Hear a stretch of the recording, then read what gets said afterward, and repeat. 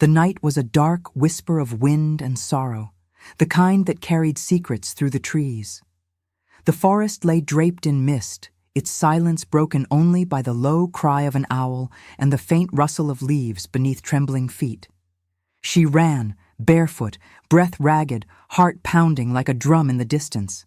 Her gown was torn, her skin bruised, and her memory blank. She did not know her name, nor why she ran, only that the shadows behind her whispered danger. When her legs finally gave way, she fell to her knees on the damp earth, eyes lifting toward the silver moon that hung like a watchful eye in the night. Somewhere deep inside, something ancient stirred. A presence, a whisper, a call she could not understand. When she awoke, the moon was gone, and morning light spilled softly through the trees. A stranger's voice reached her ears, deep, commanding, laced with a tone that demanded obedience. "Who are you?" he asked. She blinked up into eyes as sharp as a wolf's and as cold as winter, eyes that belonged to a man both beautiful and terrifying. His presence filled the clearing like thunder waiting to break. His name was Kyle, the alpha of the Blackridge pack, though she did not yet know what that meant. Around him stood warriors cloaked in dark leather, their gazes suspicious, their bodies tense. "She reeks of magic," one of them muttered, but Kale silenced them with a single glance. "Bring her," he ordered. "We'll find out who she is." The journey to the pack house was a blur of pain and confusion. She was placed on a horse, guarded on all sides as they rode through dense forest paths. Every sound, every snapping twig, every howl in the distance made her flinch. Kyle rode ahead, silent and unreadable. She tried to speak, to ask who he was, but no words came out. Only fragments of thoughts, flashes of silver light, a hand reaching for hers, a voice calling a name she couldn't remember. It was as though her mind had been locked behind invisible walls and she was trapped inside her own silence. The pack house was a fortress carved into the heart of the mountain, its walls glimmering faintly with runes of protection. Inside, warmth greeted her, the smell of pine wood and fire. But the stares that met her were far from welcoming. Women whispered in corners, men exchanged glances heavy with distrust. The healer, an old woman named Mira, examined her quietly and whispered something in Kale's ear that made his jaw tighten. "She carries a mark," Mira said later, brushing her fingers over a faint scar at the back of the girl's neck, a crescent moon encircled by fire. The moment her skin was touched, the girl gasped, and a fleeting image crossed her mind. Two hands intertwined beneath the moonlight, a promise, and then nothing. That night, Kyle visited her chamber.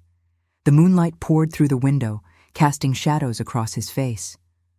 "What were you doing in my forest?" he asked again, voice low but dangerous. She hesitated, her lips trembling. I don't know," she whispered. "I woke up there. I can't remember anything." Kyle studied her, his eyes searching for deceit, but found none. Yet something in her scent, a faint sweetness mixed with the wild, made his wolf stir. He turned away quickly, hiding the confusion that tugged at his chest. "You will stay here until we uncover who you are," he said, and with a single glance, he left her alone with her thoughts and the growing storm within. As the night deepened, she wandered to the window, drawn by the light of the moon. The forest beyond called to her like an old friend. Her heart ached with a longing she couldn't explain. And then, faintly, she heard it, a distant howl echoing through the valley, not of threat, but of sorrow. Her pulse quickened, her breath caught, and before she knew it, tears spilled down her cheeks. That sound awakened something buried deep inside her, something that knew that voice, that cry, that pain. It was as if her soul recognized it. In his chamber across the hall, Kale couldn't sleep. The scent of her lingered in his mind, haunting him like a ghost he couldn't banish. He poured himself a drink, staring into the flames, trying to remember why her face seemed familiar, why her eyes had shaken the beast within. It had been years since his wolf reacted to anyone, yet the moment he saw her, his control had faltered. His beta, Rowan, entered quietly. "You felt it too, didn't you?" Rowan said. Kyle didn't answer. He simply stared into the fire, whispering under his breath, "Who are you, little one?" The next morning, whispers ran through the pack like wildfire. Some said she was a spy from the Silverfang clan. Others claimed she was a witch. When she stepped into the courtyard, the world seemed to pause. Even the wind held its breath. Her hair glimmered like sunlight through smoke. Her eyes a soft shade of gold that seemed almost inhuman. Every instinct in Kyle told him she was dangerous, yet every heartbeat told him she was meant to be his. He shook off the thought. He could not afford weakness, not again. Not after losing his Luna, whoever she had been. That night, the girl dreamed again. She stood in a clearing bathed in silver light. A man with eyes like Kale's stood before her, his hand reaching toward her cheek. "Ilara," he whispered, the name falling like a forgotten melody. When she woke, the name echoed in her mind like a bell. "Ilara," she murmured softly. It felt right, familiar, hers. And far away, in his sleep, Kale stirred, because that same name escaped his lips too, carried into the night by the wind that whispered through the trees. Chapter 2. The Wolf Within. The morning came soft and golden, but the world around Ilara felt cold and unfamiliar. She stood by the window, staring into the sprawling forest that spread like a sea of emerald waves beyond the mountain walls. The sun touched her face, yet it could not warm the chill that lingered in her chest. The name that had come to her in her dream, Ilara, still echoed through her mind, strange and yet comforting. She whispered it again under her breath, letting it roll off her tongue as if it had always belonged to her. Ilara. Yes, that was who she was. Or at least, who she used to be. But who was she now?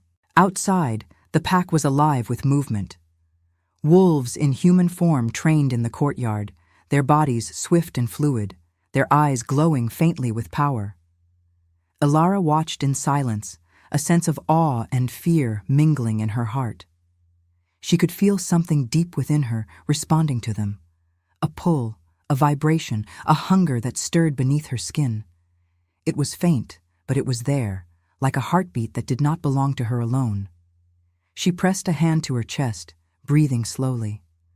The world around her felt alive, whispering in tones she could almost understand.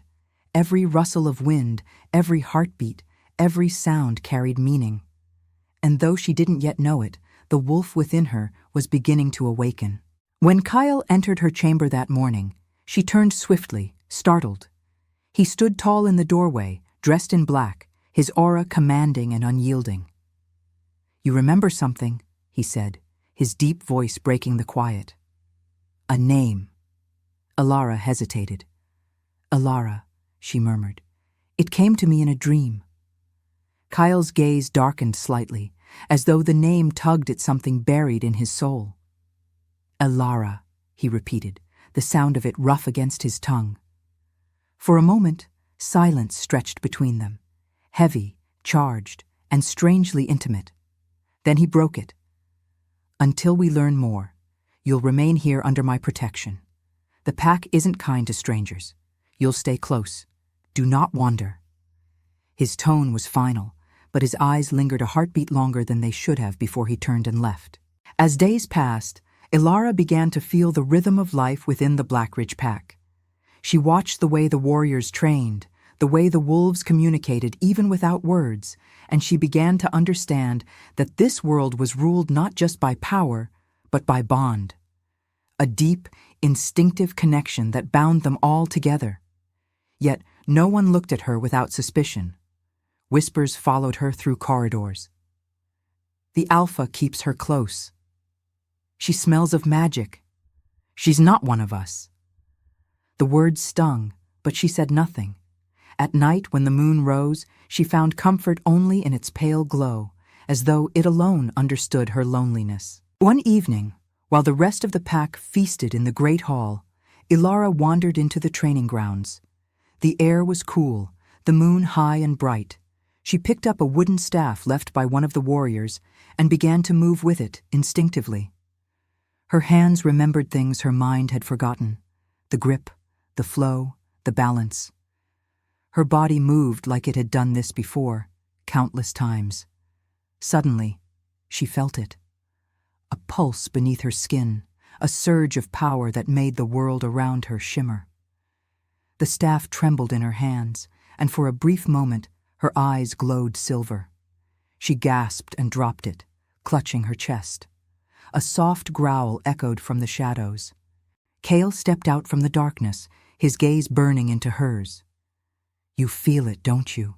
he said quietly. She turned to him, startled. "What are you talking about?"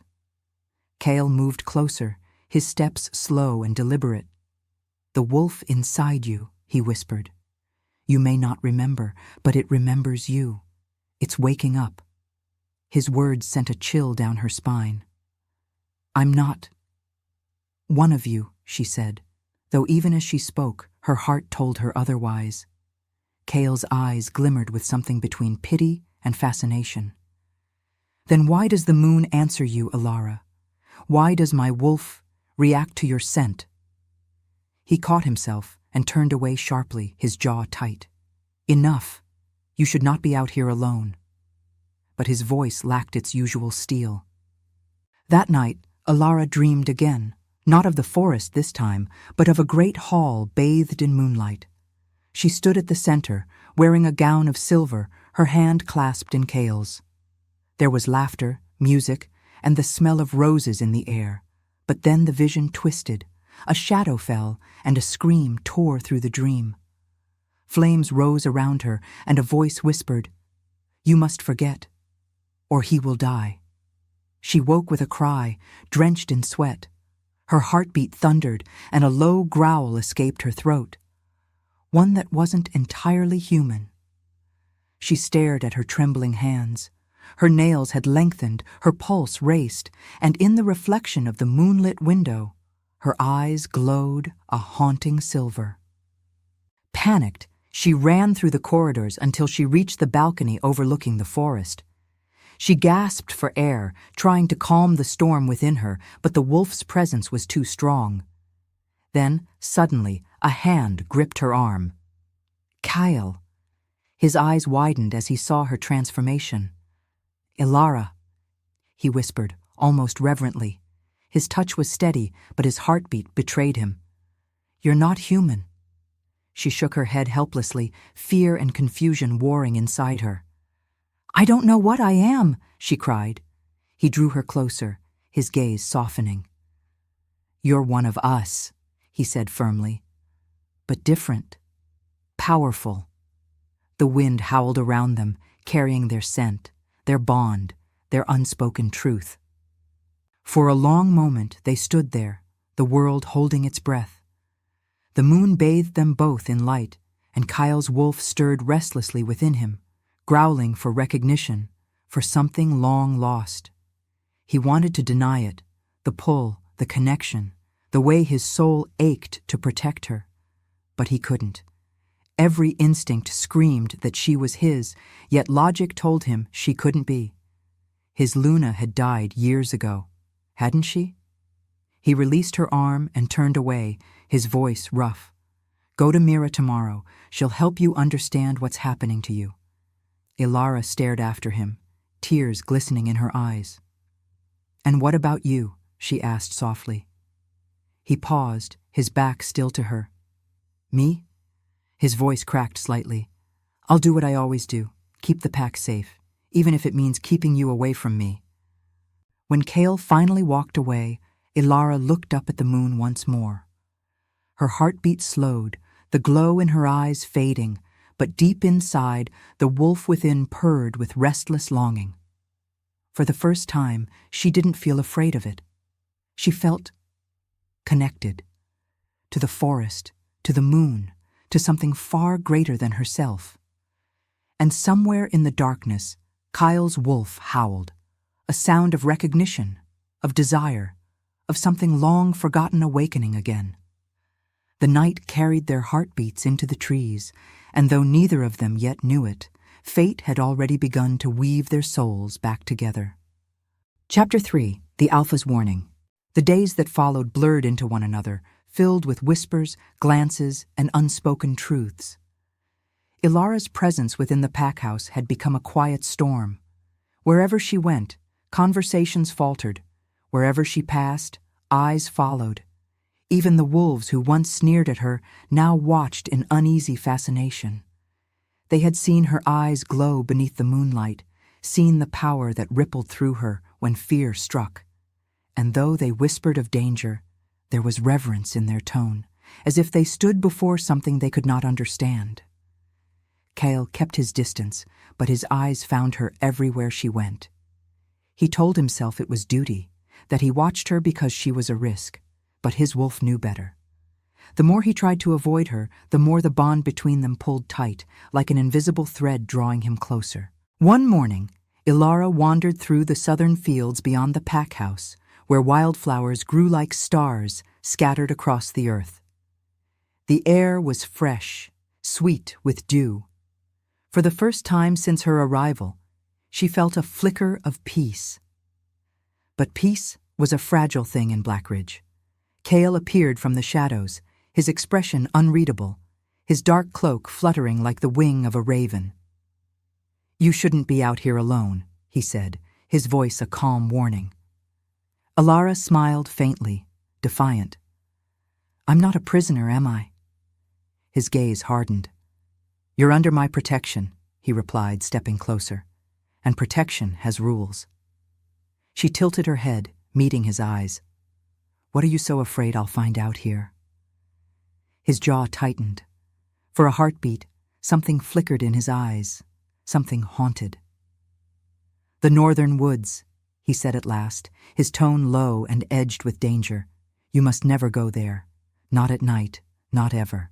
That night, his words echoed in her mind like an unfinished song. The northern woods. Why forbid it? The curiosity burned in her, quiet but relentless.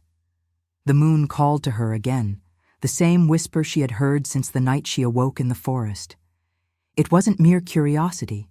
It was a pull, ancient and familiar, like the earth itself beckoning her home. She tossed in her bed, restless, unable to ignore it. Finally, as the world slept and the moon rose high, she wrapped a cloak around her shoulders and slipped through the silent corridors. The cold air met her like an embrace as she stepped outside, her bare feet sinking into the soft soil. The forest loomed ahead, dark and alive, the northern path glimmering faintly under the silver light. She hesitated, heart pounding, and then took a step forward, toward the unknown. The deeper she went, the quieter the world became. Even the crickets stopped singing. The trees here were older, thicker, their bark veined with glowing streaks of silver as if the moonlight had melted into them. The air hummed with magic, ancient and sacred. Then she saw it, a clearing bathed in silver light, and in the center of it, a small pond that shimmered like liquid glass. As she stepped closer, her reflection rippled, and then changed. The face staring back at her was not just hers. Her eyes glowed fiercely, her hair flowed like pale fire, and behind her stood a great white wolf with eyes of gold. Her breath caught, and for a heartbeat, she could almost hear it speak inside her mind. "Find me, before they do." "Ilara!" The voice tore through the silence, sharp and furious. She turned. Kale was there, striding into the clearing, his eyes blazing like wildfire. The calm, controlled alpha was gone. In his place stood a man trembling with barely contained fury. "Did I not warn you?" he roared, his voice echoing through the trees. "Do you have any idea where you are?" She shrank back, guilt and confusion warring within her. "I had to see," she whispered. Something was calling me." Kyle's chest heaved as he tried to steady himself. "You don't understand," he said through clenched teeth. "This part of the forest is cursed. Even my wolves avoid it. It's where we lost." He stopped himself, pain flashing across his face. "Where we lost someone important." Ilara's eyes softened. "Someone you loved?" she asked quietly. Kyle turned away, his jaw tightening. "That doesn't concern you." But the tremor in his voice betrayed the ache he carried. She took a step closer. "Was it your Luna?" The question hit him like an arrow. His wolf stirred violently inside, snarling at the name he could not bear to hear. "Enough," he said, his voice low and dangerous. "Go back to the pack house." But she didn't move. "Why does this place feel familiar to me?" she demanded. "Why does it feel like I've been here before?" Kyle turned on her, his eyes glowing amber. "Because this is where I buried my Luna," he said, his voice raw. "And whatever magic sleeps here should never wake again." The words fell heavy between them, sharp as a blade. Silence hung for a long moment. Then the wind shifted, and from deep within the woods came a faint, distant howl, not of a wolf, but something older, colder. Kale's entire body went tense. "We have to go," he said sharply, grabbing her arm. "Now!" But before they could move, a figure flickered at the edge of the clearing, a white wolf, luminous and silent, standing among the shadows. It watched them with intelligent eyes, then vanished as quickly as it appeared, leaving behind a faint shimmer of moonlight. Ilara froze, her heart pounding. "Did you see that?" she whispered. Kyle said nothing. His grip on her tightened, his gaze darting around the clearing. "We're leaving," he growled. As they raced back through the forest, the air thickened with tension. Ilara's mind spun. The image of the white wolf burned behind her eyes, its gaze familiar, almost loving. Kale moved swiftly ahead, his hand never releasing hers. When they finally emerged into the safety of the pack's borders, he turned to her, fury and fear warring in his expression. "You disobeyed me," he said. "You could have died." She looked up at him, trembling. "But something out there knows me, Kale. It called to me." His expression softened for just a breath before he hardened again. "Then whatever it is," he said darkly, "it's better left forgotten." That night, as she lay awake, Ilara couldn't shake the memory of that silver pond, that glowing forest, that haunting wolf. But more than that, she couldn't forget the way Kale's voice had broken when he spoke of his lost Luna, the pain that had flashed through his eyes, the tremor in his touch. Somewhere deep inside her, something whispered that his loss and her past were intertwined, bound by a secret neither of them yet understood. And as the moonlight fell across her face, her heart whispered the same truth that the forest had tried to tell her. The past was not gone. It was only hidden. Chapter 4. Secrets Beneath the Moonlight. The night air was crisp, carrying with it the faint scent of pine and mystery. The moon hung low, painting the forest in silver light that shimmered across the leaves. I could still feel the warmth of Alpha Kyle's touch on my wrist, the same hand that had pulled me out of danger hours ago. My heart wouldn't stop racing, not because I was afraid anymore, but because every glance he gave me seemed to dig deeper into my soul. I didn't understand it. He was everything I was warned to stay away from, the alpha, the danger, the rule. Yet, when he looked at me, the rest of the world felt silent. That night, I couldn't sleep. Every sound in the pack house whispered secrets I wasn't meant to hear, whispers about the stray girl from the woods, and the way the alpha's gaze lingered too long when I was near. They didn't know I could hear them. My senses were sharper than before, more alert, more aware. It was as if something inside me had awakened since that night in the forest. Even the moonlight felt different on my skin, warm, tingling, alive. When I stared at my reflection, I swore my eyes glowed faintly under its light. Was I imagining it? Or was the forest still inside me somehow? The next morning, the pack was abuzz with talk of a full moon gathering, a ritual night for the wolves. Kale's orders echoed through the halls. Everyone was to attend, no exceptions. I tried to keep my distance, but my curiosity was stronger than my fear. That evening, when the moon rose full and heavy, I followed the others into the clearing. The sight took my breath away. Hundreds of wolves, their coats glistening under the light, circled the stone altar at the heart of the woods. Kyle stood at the center, shirtless, his body carved with strength and scars that told stories of survival. He raised his head to the sky, and when he howled, every creature joined him. A haunting symphony that echoed through the mountains. Something inside me stirred. My chest burned as if the same power that filled the forest was pulsing within me. I gasped, clutching my heart, but no one noticed. My skin glowed faintly under the moonlight, veins of silver tracing my arms. Kale's voice cut through the howls, sharp, commanding, as his gaze found mine in the crowd. Time seemed to stop. His eyes widened for a brief second, and then I felt it. A strange, magnetic pull between us, strong enough to steal my breath. I stumbled backward, breaking the trance, and ran into the woods before anyone could stop me. The forest was alive that night, whispering in voices only I could hear. The trees seemed to move. The ground hummed with energy. I fell to my knees, overwhelmed, as flashes of strange visions filled my mind. A woman with silver hair standing before a burning village, wolves bowing before her, and Kale's face twisted in agony. "Who am I?" I whispered to the night, but the only answer was the rustling of leaves. And then out of nowhere, I felt a hand on my shoulder.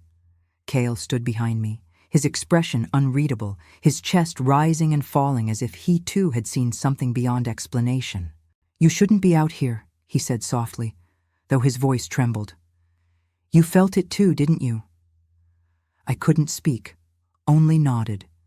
The air between us was thick with something neither of us could name: fear, wonder, desire. He knelt beside me, his fingers brushing against the faint glow still pulsing under my skin.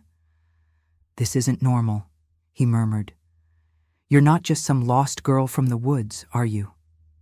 His question sent shivers down my spine because deep down I knew he was right. He helped me to my feet, his touch lingering longer than it should. The bond, whatever it was, grew stronger with every heartbeat.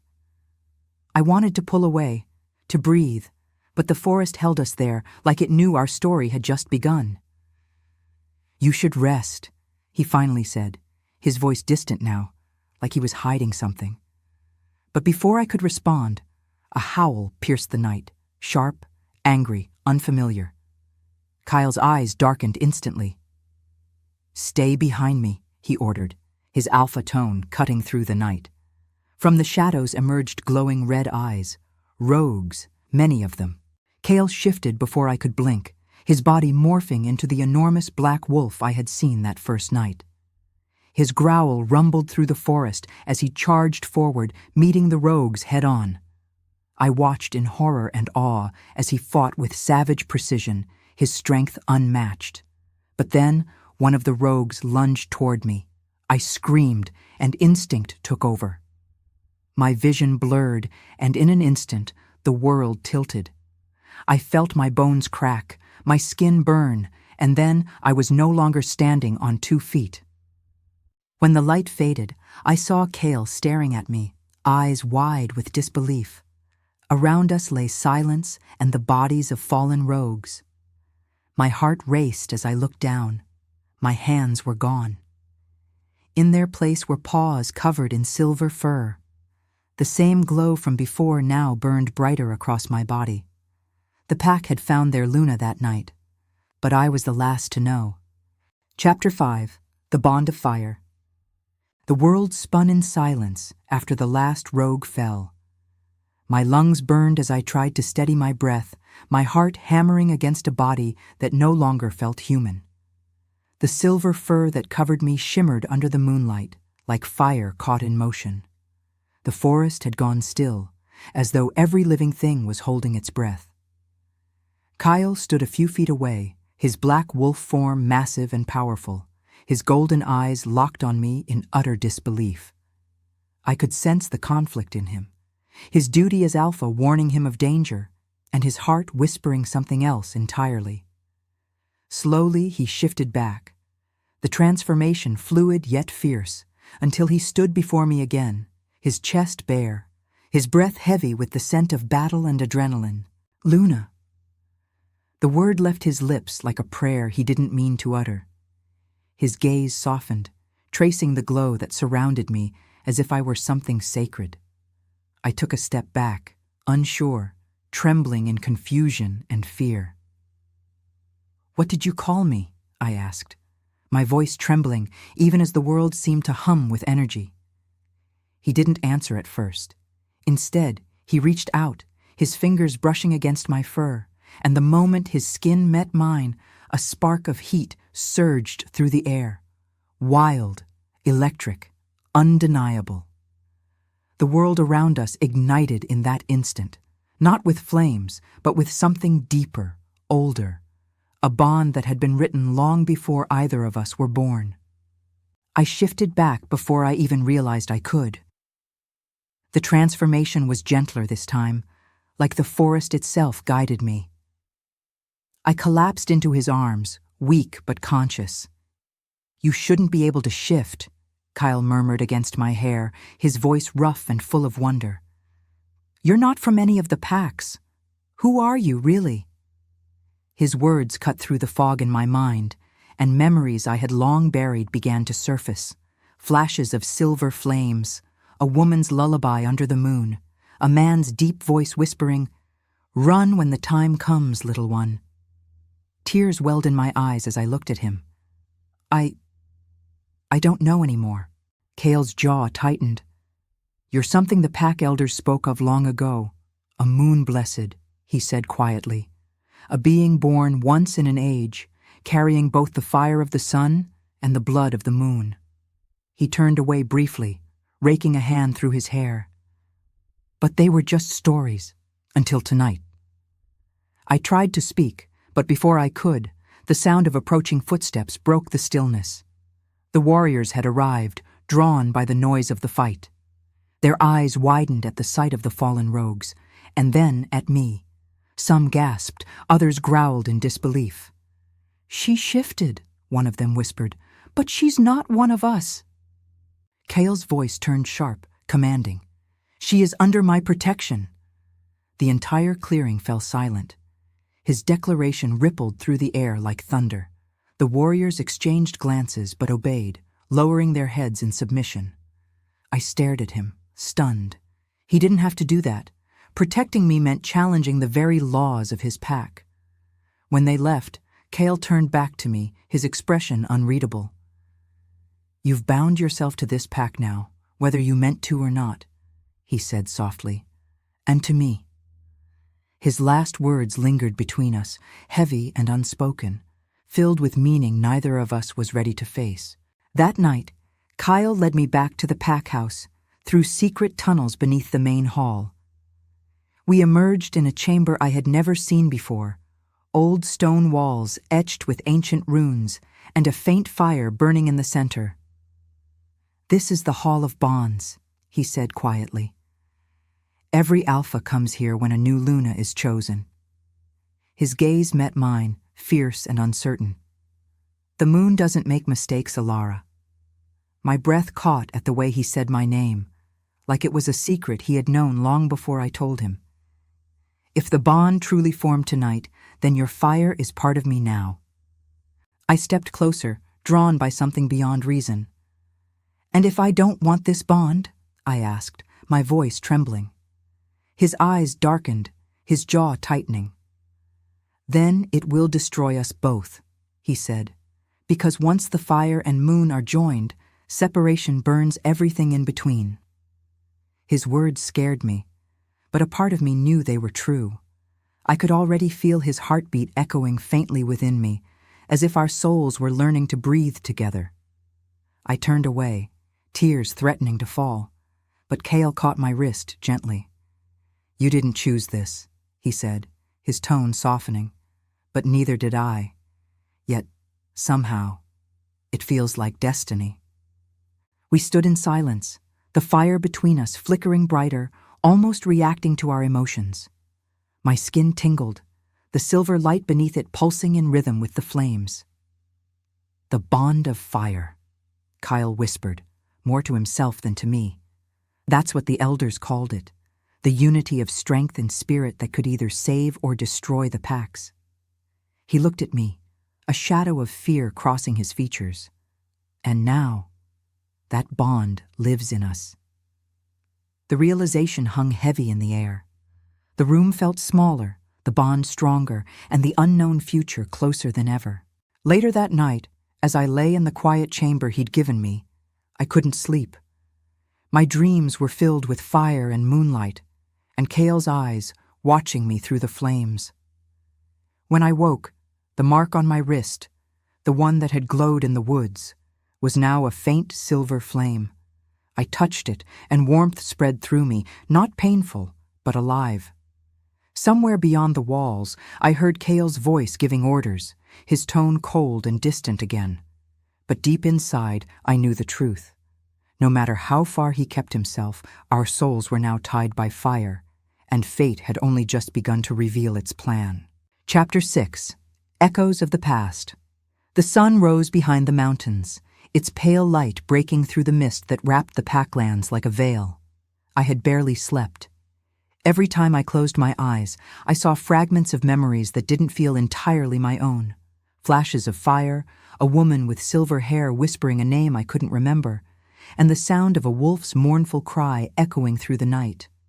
When I woke, the faint mark on my wrist pulsed again, glowing like an ember beneath my skin. It wasn't just a mark anymore, it was alive, whispering secrets from another time. Kale had been distant since the night of the bond. He avoided my gaze at breakfast, speaking only when necessary. His voice, though calm, carried the weight of someone wrestling with fate itself. The warriors had been instructed not to speak to me, not to question my presence, but their eyes followed me everywhere. I was the stranger in their midst, the girl who had shifted under the full moon without belonging to any bloodline, the moon blessed, the cursed gift, the prophecy reborn. They didn't say it aloud, but I could feel their fear in every cautious glance. Unable to bear the tension, I slipped away toward the eastern woods, drawn by a strange pull deep in my chest. The morning air was crisp, filled with the scent of pine and dew.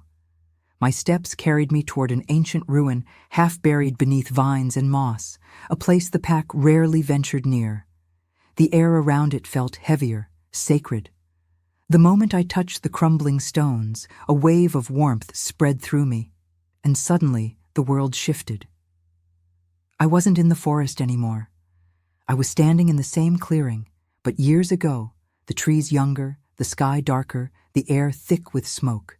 A vision unfolded before me like a dream too vivid to deny. Wolves ran through the forest, howling and warning. A great battle raged between packs, flames licking at the edge of the trees. And at the center of it all stood the woman from my dreams, her silver hair flowing like liquid moonlight, her eyes fierce yet sorrowful. Beside her was a man whose presence radiated both strength and sadness. He looked so much like Kale that my heart stumbled in my chest. "Protect her," the woman said, clutching a small bundle close to her chest. "The fire within her must never fall into their hands." The man's voice was broken with emotion. "And what of you, Seraphine?" he asked, his voice trembling. "I'll find you when the moon calls again," she replied before vanishing in a blaze of silver light. The fire consumed the clearing, and with it, the image faded, leaving me gasping back in the present. I stumbled backward, my knees weak, my breath shallow. The ruins hummed faintly beneath my fingers. "Seraphine," I whispered, the name lingering on my lips. Somehow, I knew she was connected to me, to the mark, to the bond, to everything. "Who told you to come here?" The voice that cut through the air was sharp, commanding. Kale emerged from the shadows, his expression unreadable, though a hint of worry flickered in his golden eyes. "I didn't mean to. I began, but he raised his hand, stopping me. "This place is forbidden," he said, his tone lower now. "Even the elders fear what sleeps beneath it." His gaze softened slightly as he looked around the ruins. This was where the last moon-blessed fell. My heart skipped a beat. "Fell?" I asked. He nodded grimly. "She sacrificed herself to end the war between the packs 2 centuries ago. Since then, no one has been able to enter this place and live. Until now." He took a cautious step closer. "What did you see, Alara?" His voice was softer now, almost pleading. I hesitated, then told him everything. The fire, the woman, the man who looked like him. His jaw tightened with every word. When I finished, he turned away, staring into the distance as if struggling to breathe. "The man you saw," he said finally, "was my ancestor, Alpha Thane, the last ruler before the curse began." He looked back at me, his voice breaking slightly. "And the woman you described, Seraphine, she was his mate. The moon blessed, who vanished the night the curse fell upon our bloodline." A chill ran down my spine. "You think I'm her?" I whispered. Kyle didn't answer right away. Instead, he reached for my wrist, his fingers tracing the silver flame there. "Not her exactly," he said, "but something of her lives in you. The bond, the power, the mark, they're proof." He looked into my eyes, and for the first time, I saw fear there. "If the curse is tied to her spirit, then your awakening means the past is repeating itself." The thought sent shivers through me. "Then we have to break it," I said firmly, "before it destroys us." Kale's lips curved into a faint, sad smile. "You speak as if you know what that means," he murmured. "Breaking the curse isn't as simple as undoing a spell. It requires sacrifice, a life for a life, a bond for a bond." The words hung heavy in the air. I took a step closer, meeting his gaze. "Then we'll find another way. I won't let fate decide for us." For a long moment he said nothing, but the fire in his eyes softened, and I felt the faintest spark of hope. As we left the ruins, the wind whispered through the trees, carrying faint echoes of a woman's voice. "The fire and the moon cannot be separated. Together, they are destiny." I turned back once more, the ruins glowing faintly under the sunlight. Somehow, I knew the past hadn't finished speaking, and whatever secrets it still held were coming for both of us. Chapter 7, Bloodlines and Betrayal. The days that followed the vision at the ruins were heavy with unease. The packlands seemed quieter than usual, as if even the wind feared to speak.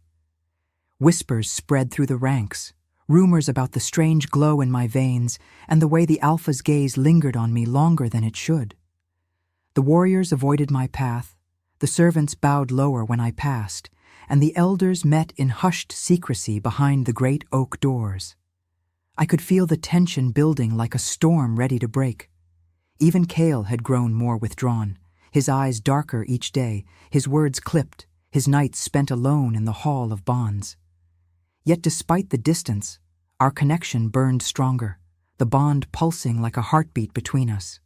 Every time he was near, the air crackled with an invisible fire that neither of us could extinguish. One evening, I followed that pull and found him standing on the balcony of the Alpha's quarters, staring out at the mountains where the moon was slowly rising. His bare shoulders glistened in the silver light, the muscles in his back taut with tension. "You shouldn't be here," he said without turning around, though I knew he had sensed me the moment I stepped in. "And yet you knew I would come," I whispered, stepping closer. He sighed, finally turning to face me, his golden eyes shadowed by something I couldn't name. "The elders are restless," he said. "They think the moon blessed is a curse reborn, that your presence will bring ruin to the pack." My heart clenched. "And what do you believe?" I asked quietly. Kyle's jaw tightened as he turned his gaze away. "I believe in what I see," he said finally, "and what I see is someone fate refuses to let me ignore." The air thickened between us, heavy with words unsaid. But before I could speak, the sound of hurried footsteps echoed down the hall. A warrior burst through the door, panting, his chest heaving. "Alpha!" he cried. "It's Elder Kane! He's dead!" Kyle's expression hardened instantly. "How?" he demanded. "Poison," the warrior said. "We found him in his chambers, the same markings that appeared during the old curse." My breath caught as I met Kale's eyes. Without a word, he took my hand and led me through the corridors to the elder's wing. The smell of burnt sage and iron filled the air. Elder Kane's lifeless body lay on the floor, his skin veined with black lines that pulsed faintly under the candlelight. My mark on my wrist began to burn, glowing brighter with every passing second. "This is no ordinary poison," I murmured. "It's shadow magic." Kale turned sharply toward me. "How do you know that?" I hesitated, unsure how to explain the knowledge that seemed to rise from somewhere deep inside me. Knowledge that didn't belong to this life, but another. "Because I've seen it before," I whispered. "In the vision at the ruins. It's the same curse that began the war." His gaze hardened. "Then someone within the pack has brought it back." His words struck me like a blade. "You think it's one of your own?" I asked. Kale's silence was answer enough. He ordered the body taken to the healers, but as the warriors carried it away, I saw something glint beneath the elder's robe, a silver pendant shaped like a crescent moon entwined with flame. The same symbol etched on the ruins.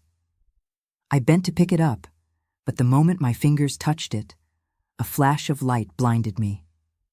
When my vision cleared, I was no longer in the pack house, but standing in the middle of a vast hall lined with mirrors. Each mirror reflected a different scene: Kyle as a child, his father crowned Alpha, and then blood, endless blood. The image shifted to a dark-haired woman standing behind the throne, her eyes cold and calculating. "The curse was never broken," a voice whispered in my ear. I turned, but no one was there. It was hidden. The words echoed again, and the mirrors shattered, shards flying in all directions. I gasped, the vision snapping away as Kale's voice pulled me back. "Alara, what happened?" I was trembling, the pendant still glowing in my palm. "There's someone working against you," I said breathlessly. "Someone from your own blood." Kale froze. "That's not possible," he said, but the flicker of doubt in his eyes betrayed him. "Every betrayal begins with denial," I replied softly. He looked away, his hands clenching into fists. "There's only one in my bloodline left besides me," he muttered. "My mother." My heart sank. I remembered the woman from the vision, the one standing behind the throne with the same eyes as Kale. "She was there," I whispered, "in the vision, watching the curse unfold." Kale's face went pale. "My mother died years ago." His voice cracked slightly. Or at least, that's what I was told. Silence filled the hall, thick with the weight of revelation. Determined to uncover the truth, we descended into the archives beneath the pack house that night, a place of dust, shadows, and forgotten history. The air was damp, filled with the scent of parchment and secrets. We lit torches and began searching through the old records, tracing the lineage of the Alpha bloodline. What we found made my blood run cold. The last record of Kale's mother, Lady Morgana, ended abruptly on the same day the curse began to spread across the neighboring packs. A single note written in faded ink read, "The blood of fire must be hidden, the bond must not awaken." Kyle's hand trembled as he touched the page. "She knew," he whispered. "She knew what we were." I laid a hand on his arm. "If she's still alive, she's the key to breaking this, or to ending us." His gaze lifted to mine, fierce, yet filled with sorrow. "If she lives, she's not the mother I once knew," he said. "And if she's behind the curse's return, then blood will answer for blood." His words were sharp, but beneath them I could hear the pain he was trying to bury. I wanted to comfort him, to take away the burden that destiny had placed on his shoulders. But the mark on my wrist flared again, brighter this time, as if warning me of what was to come. That night, the pack gathered for the elders' morning ritual. Kyle stood before them, the firelight casting long shadows across his face. He spoke with the authority of a true alpha, vowing to find whoever had betrayed their blood. Yet as he spoke, I saw movement among the crowd, eyes that glowed faintly red, watching from the shadows. A chill swept over me. When I turned to Kale, he was already looking at me, his jaw tight. He had sensed it too. Something dark was moving within the pack, something older than the curse itself. And as the fire roared higher, I knew the bloodlines were beginning to awaken, and that betrayal had only just begun. Chapter 8, The Shadow Within. The moon hung low that night, veiled behind restless clouds that scudded across the sky. Ilara couldn't sleep. Every time she closed her eyes, she saw the look in Lucian's gaze, that flicker of something dark, something ancient. It wasn't just the bond between them that frightened her anymore. It was what it might awaken. Sitting by the window, she traced the scar on her wrist, the mark that had appeared after their bond ritual, and felt the faint hum beneath her skin. It pulsed with Lucian's heartbeat, calling her to him even when she wanted to run.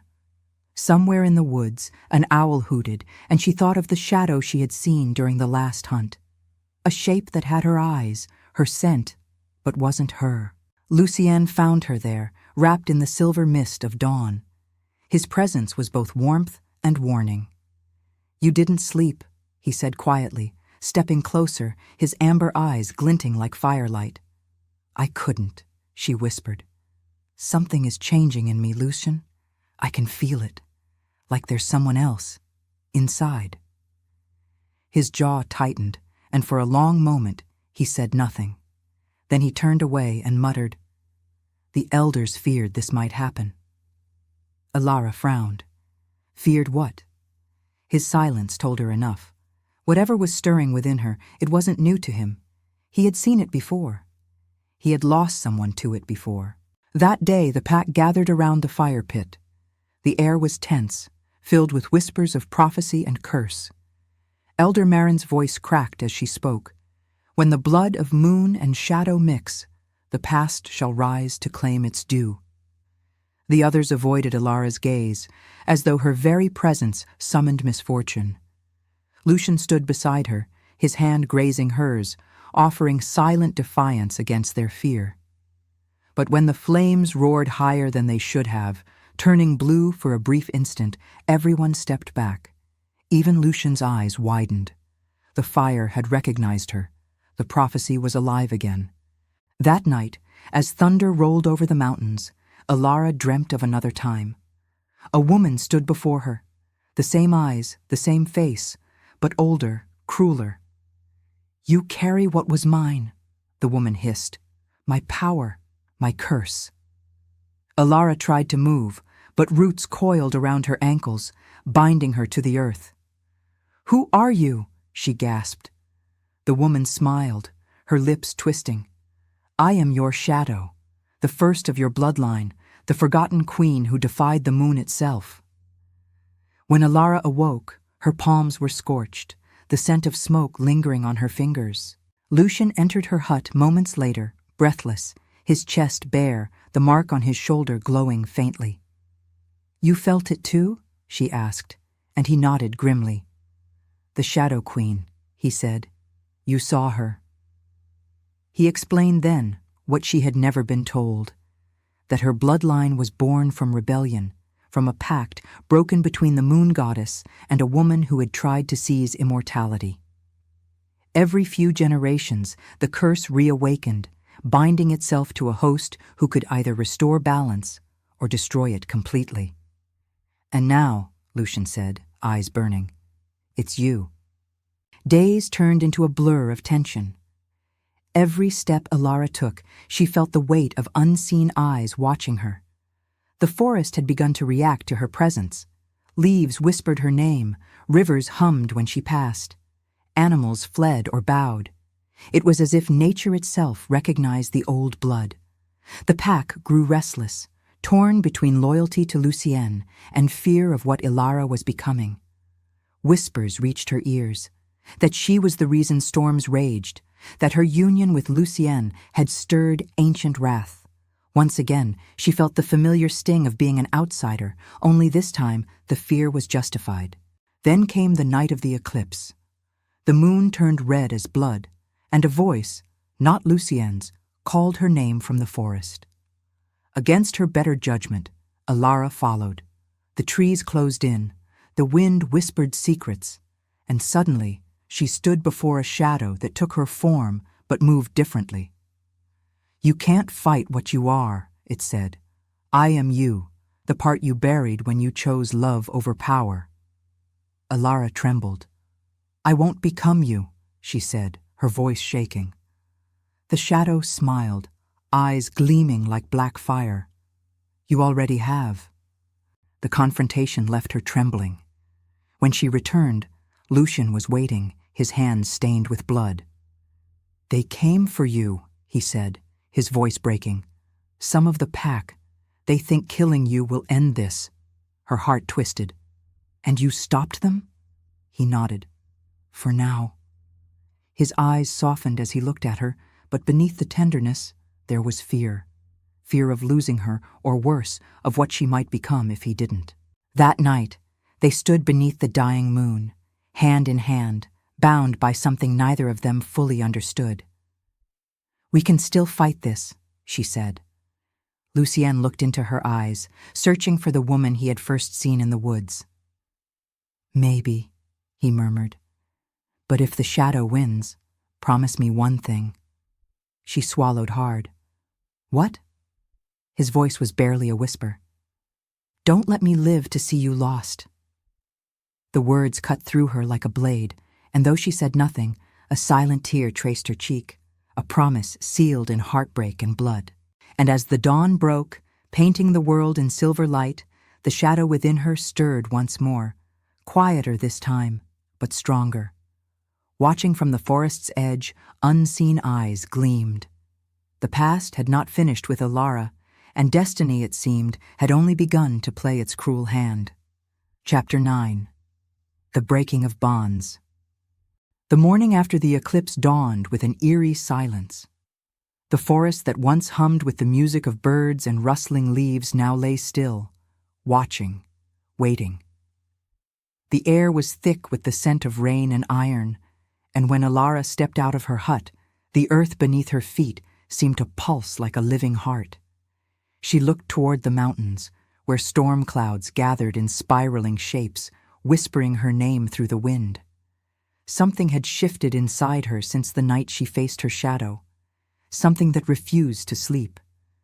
Her reflection in the pool now flickered between her own face and that of the Shadow Queen. The line between them was thinning, and she could feel the ancient power clawing at her soul, desperate to be free. Lucian had barely slept. The burden of leadership weighed heavy on his shoulders, and the whispers among the pack had grown louder. They no longer looked at him with reverence, but with suspicion. Some claimed he had been bewitched, that Ilara's bond had poisoned his mind. Others demanded she be banished before she brought ruin upon them all. But Lucian couldn't let her go, not after all they had endured, not after the fire that had bound their hearts. He found her standing by the river, her hair whipping in the cold wind, eyes lost in thought. "They're turning against us," he said quietly. Ilara didn't turn. "Then let them," she replied, her voice soft but edged with something unfamiliar. Power or defiance or both.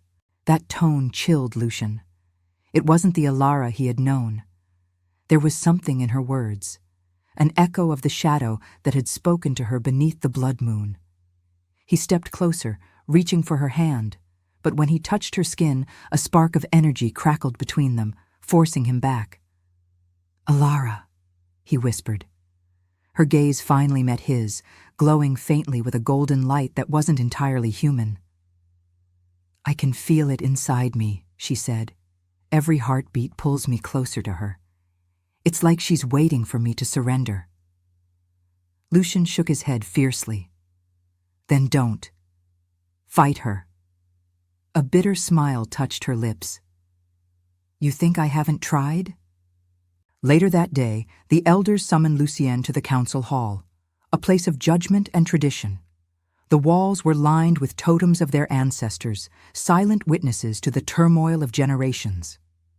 Elder Marin stood at the center, her frail frame radiating authority. Alpha, she began. The pack is restless. The storms, the dead crops, the trembling of the earth, all signs of imbalance. The girl must be bound or banished. Lucian's fists clenched. She is my mate, he said, voice low but steady. What happens to her happens to me. The elders exchanged wary glances. Then you must decide, Marin said grimly. Her life or the survival of the pack. While Lucienne battled the council's decrees, Ilara wandered into the heart of the forest, drawn by whispers that sounded too much like her own voice. Shadows danced between the trees, calling her deeper. There, beneath an ancient willow, she saw a reflection that wasn't hers. The Shadow Queen stood waiting, her expression both pitying and proud. You can't hold me back forever, she said. You and I are the same blood, the same flame. Why fight what was destined? Ilara's hands trembled. Because I am not you, she said, though her voice faltered. The queen circled her like smoke. A lie you tell yourself to feel pure. But purity is weakness, child. Let me show you strength. And before Ilara could move, the shadow stepped forward and into her. Pain erupted like fire through her veins. Memories that weren't hers crashed into her mind. Wars fought under blood moons, lovers betrayed, thrones of bone and gold. She screamed until her voice broke, and when she opened her eyes again, the world had changed. Her vision sharpened, her senses expanded. The forest bowed to her presence, and though her reflection still looked like Ilara, the voice inside her head was no longer alone. Now, the Shadow Queen whispered, we are one. When Lucian returned from the council, he found the pack's camp in disarray. Fires burned out of control, the sky roared with thunder, and wolves howled in confusion. At the center of it all stood Ilara, her hair wild, her eyes glowing with golden fire. He rushed to her, but the air around her shimmered with power, forcing him to stop. Ilara, he shouted. She turned slowly, her expression distant. Lucian, she breathed, but her tone was foreign, layered, ancient, haunting. You shouldn't have come. The voice that followed wasn't entirely hers. The bonds you cherish were forged in weakness. I will break them all. And with a gesture, the very ground beneath him trembled. Lucienne fought to reach her, shouting her name through the storm, but the pack surrounded them, torn between fear and duty. She's no longer one of us, someone cried. She's possessed. The air thickened, the bond between Lucienne and Ilara pulsing violently as if trying to tear itself apart. Fight it, Ilara, he yelled. For a moment, her eyes softened, her true self flickering through. But then came the whisper again, seductive and merciless. He will only slow you down. Break him before he breaks you. Ilara fell to her knees, clutching her chest. The war within her raged like wildfire, love against power, humanity against shadow. Every breath was a battle. She saw Lucian reaching for her, his face a mixture of fear and love, and she wanted to reach back, but her hands trembled, glowing with energy she couldn't control. I don't want to hurt you, she whispered, tears streaming down her face. Lucienne took another step forward. Then don't. Remember who you are.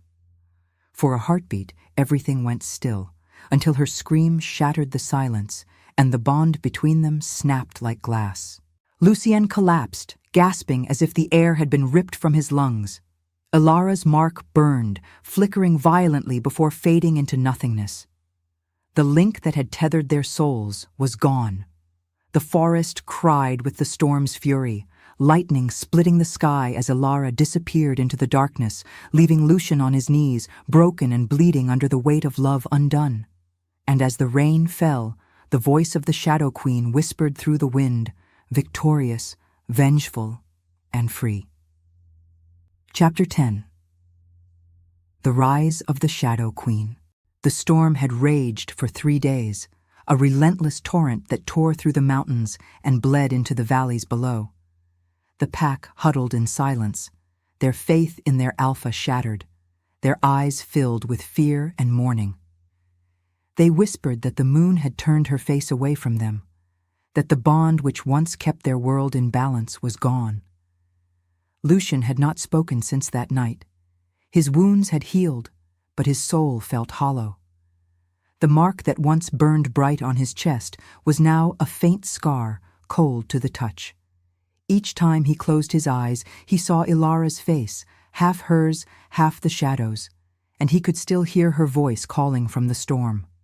The bond was broken, but his heart refused to let her go. Far beyond the forest, deep within the ancient ruins of the first pack, Ilara stood before a throne of obsidian. The Shadow Queen's essence now pulsed through her veins, her whispers constant, seductive, commanding. The ruins trembled beneath her presence. Statues of old gods bowed and cracked, and fire licked the stones where she walked. "You feel it, don't you?" the Queen's voice murmured inside her mind. "The power of ages, the inheritance denied you." Ilara clenched her fists, tears streaking through the soot on her cheeks. "This isn't what I wanted," she whispered. "You wanted to save them," the Queen replied, her laughter echoing like 1,000 ghosts. "Now you can rule them. You are no longer prey, little wolf. You are the storm itself." Lucian, driven by something deeper than reason, set out to find her. The elders had warned him, "If you follow her now, you will not return." But he couldn't live knowing she was lost to darkness. Guided by the faint echo of their once shared bond, he ventured into the ruins where the first alpha's blood was spilled.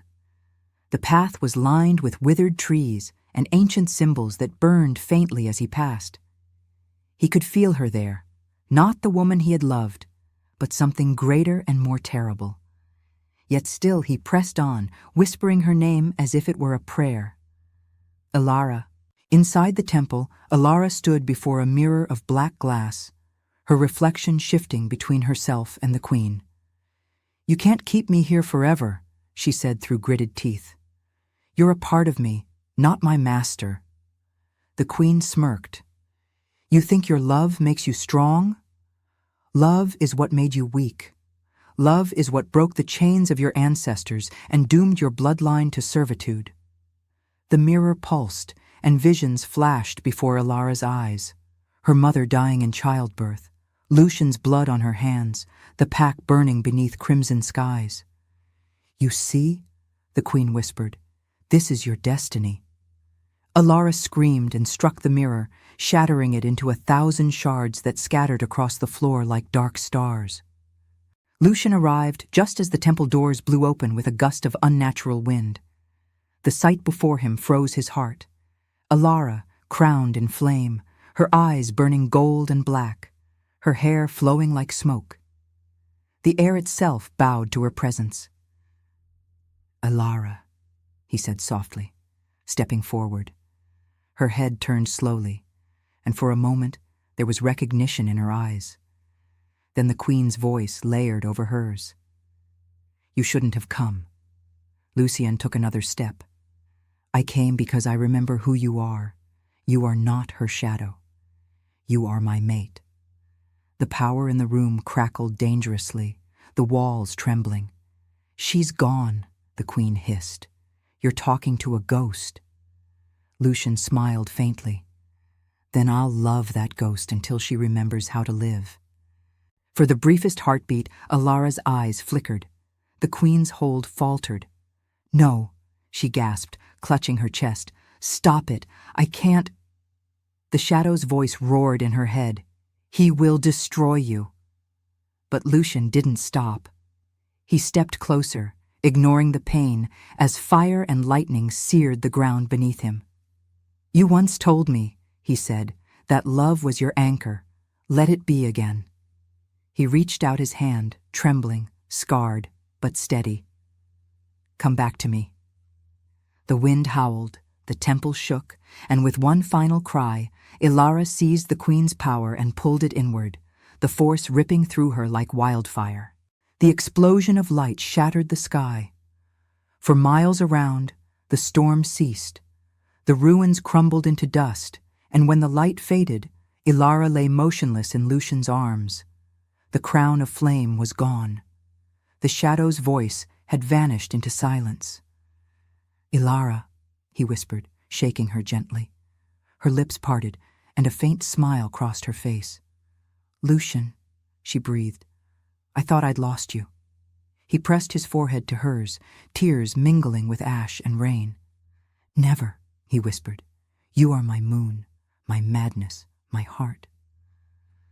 Her eyes fluttered, and for a moment she looked peaceful, before closing them again, her hand slipping from his grasp. He held her there as dawn broke, the first rays of sunlight piercing the clouds.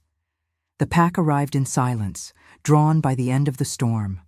They saw their alpha kneeling among the ruins, holding the girl who had saved them all. Elder Maren bowed her head. "The curse is broken," she murmured, the balance restored. But Lucien didn't hear her. His world had narrowed to the stillness in Ilara's chest, the quiet between one breath and the next. Then, as the light touched her skin, something stirred, a faint glow, a heartbeat. Slowly, her fingers curled around his. Her eyes opened, soft and human once more. "You came for me," she whispered. "Always," he replied.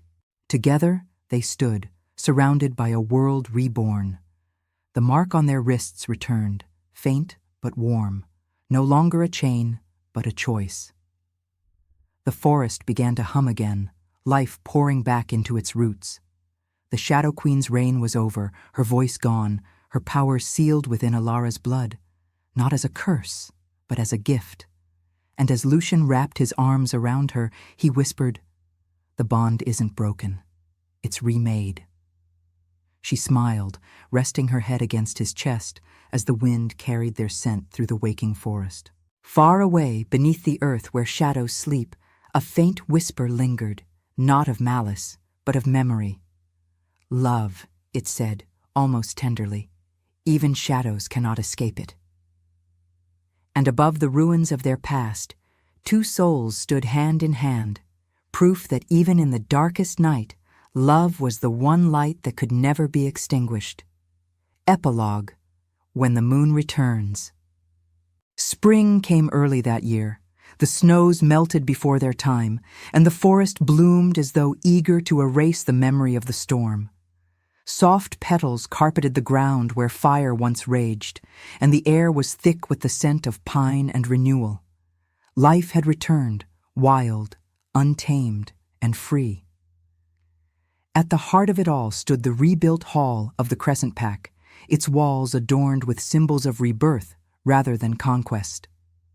The days of fear had passed, and whispers of the Shadow Queen had faded into the wind, told now only as a legend, a story of warning, of love, and of redemption. Ilara often walked the forest paths alone, barefoot, feeling the pulse of the earth beneath her feet. The trees that had once trembled at her presence now swayed in gentle greeting. Sometimes, when the wind rustled through the branches, she could still hear faint echoes of the Queen's laughter, not cruel, but wistful, like a memory finally at peace. She had made her choice that night, not to destroy the shadow within her, but to embrace it. Darkness, she had learned, was not always evil. It was simply power waiting for a purpose. And now, that purpose was life. Lucian watched her from afar as she moved through the clearing, sunlight painting her hair in shades of gold. The bond between them had changed, no longer burning with pain and prophecy, but calm and steady, like a river after rain. He had relinquished his title as Alpha for a season, letting the younger wolves lead while he rebuilt what was lost. Together, they had turned the old ruins into a sanctuary, a place where orphans, runaways, and lost souls could find peace. The pack had grown stronger, not through dominance, but through unity. At night, when the moon rose full and bright, Ilara and Lucien would sit by the edge of the lake, the water reflecting the stars like scattered jewels. "Do you ever wonder," she asked one night, her voice soft, "what would have happened if the queen had won?" Lucien smiled faintly.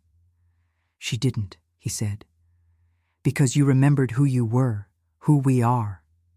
She looked at him, eyes shining with something deeper than gratitude. "You're wrong," she whispered. "You reminded me." He chuckled quietly, brushing a strand of hair from her face. "Then I'll keep reminding you for the rest of my days." The world had changed since that night of fire and blood. The old prophecies were rewritten, not as curses, but as songs of hope. The mark on their wrists still glowed faintly whenever they touched, a reminder that bonds were not meant to enslave, but to connect. Some said they could still feel the presence of the moon goddess watching over them, her silence now one of blessing rather than punishment. And sometimes, when the mist rolled low and the night was still, wolves could be heard singing not of mourning, but of love, the kind that endures storms and shadows alike. Years later, when pups asked about the woman with golden eyes who had once tamed the storm, the elders would smile and tell them the tale of Ilara and Lucien, of the girl who walked into the woods and met her destiny, of the alpha who loved her beyond fate, and of how even the darkest shadow bowed before the light of a steadfast heart. The pups would listen wide-eyed, clutching their blankets as the fire crackled, and when they finally drifted to sleep, they dreamed of moonlight, of freedom, and of love's quiet power. Ilara sometimes returned to the ruins, now overgrown with vines and wildflowers, and stood before what remained of the black mirror she had shattered. In its fractured surface, she could see 100 reflections of herself, woman, wolf, queen, and shadow, all coexisting in peace. "We made it," she whispered, and in the faintest whisper of the wind, she almost heard an answer. "Yes, we did." As dusk fell, Lucien joined her, wrapping his arm around her waist. "The council's waiting," he said gently. "Let them," she replied, leaning into him. "For now, I just want to stand here, where it all began and ended and began again." The two of them watched as the last rays of sunlight kissed the horizon, the world bathed in gold and crimson. Then, as the first stars blinked awake, the moon rose, full, bright, and whole once more. And somewhere, deep in the stillness of the forest, the world exhaled, at peace. The curse was gone, the bond restored, and love, undying and unbroken, had carved its name into eternity. For as long as the moon would rise and the wolves would sing, the tale of the Shadow Queen would live on, not as tragedy, but as testament, that even in the darkest heart, light can be found, and even in the deepest shadow, love remains.